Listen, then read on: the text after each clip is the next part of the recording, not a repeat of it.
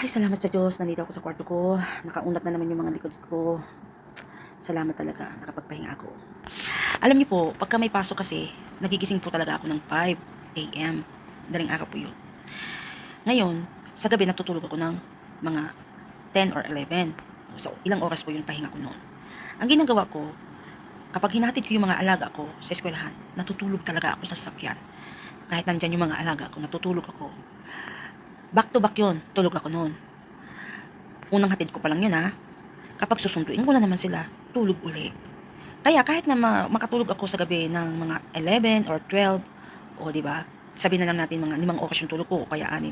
Sulit din yung tulog ko sa sasakyan. Oo. Ang mga tulog ko siguro kung lahat-lahatin yung nakatulog ako ng mga 1.5 oras. O di ba? Malaking bagay na yon. Tapos, pagka Huwebes po, pumupunta yung mga amo ko dun sa nanay. Ang nangyari, hindi na po nila ako sinasama. Mga 1 linggo na yata o 2 linggo na. Hindi ko makalimutan yung mga 3 buwan pa lang ako dito sa bahay ng amo ko. Sabi ng amo ko talaga sa akin, nararamdaman daw niya ang bahay niya ay sobrang linis. At kahit nakahiga na siya dun sa sopa, paulit-ulit niya sinasabi na, salamat talaga, ang linis talaga ng bahay ko, nararamdaman ko. Siyempre, hindi lang isang beses niya sinabi, maraming beses siya paulit-ulit siya nagsasalita, kaya appreciate ko talaga yung sinasabi niya na malinis daw talaga yung bahay niya.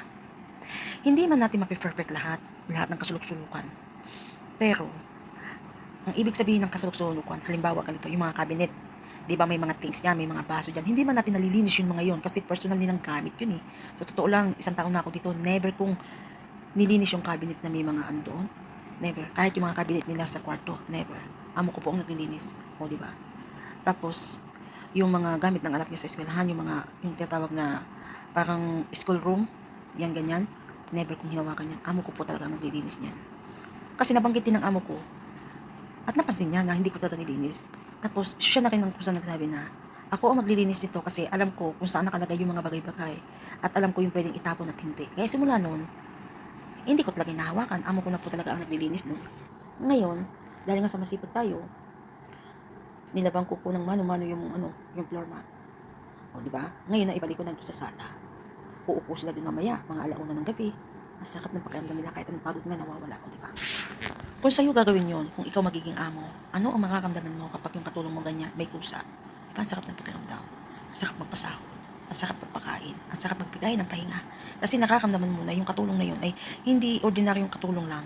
Hindi lang DH. Diba? Hindi lang ganun. Talagang feeling niya na yung kanyang DH ay parang sariling bahay yung nilinis. Nakakamdaman po yun ng amo.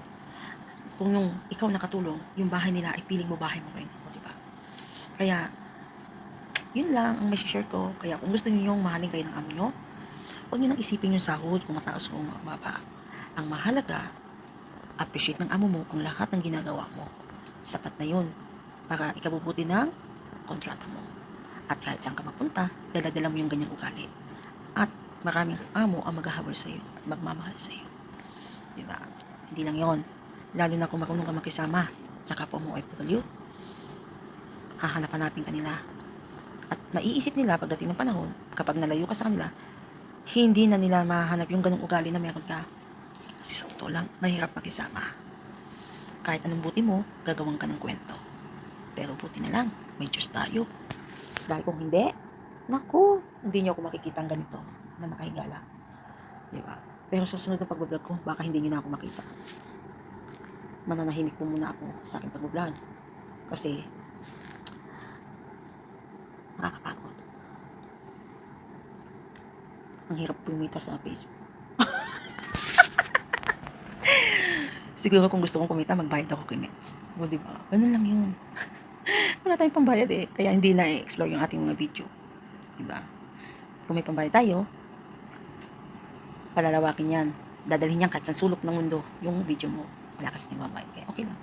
Mahalaga, nakapag-share tayo ng karunungan. Ano ang sekreto para mahalin ka ng amo at paano ka makisama sa amo? Please follow and share. Thank you po. Bye.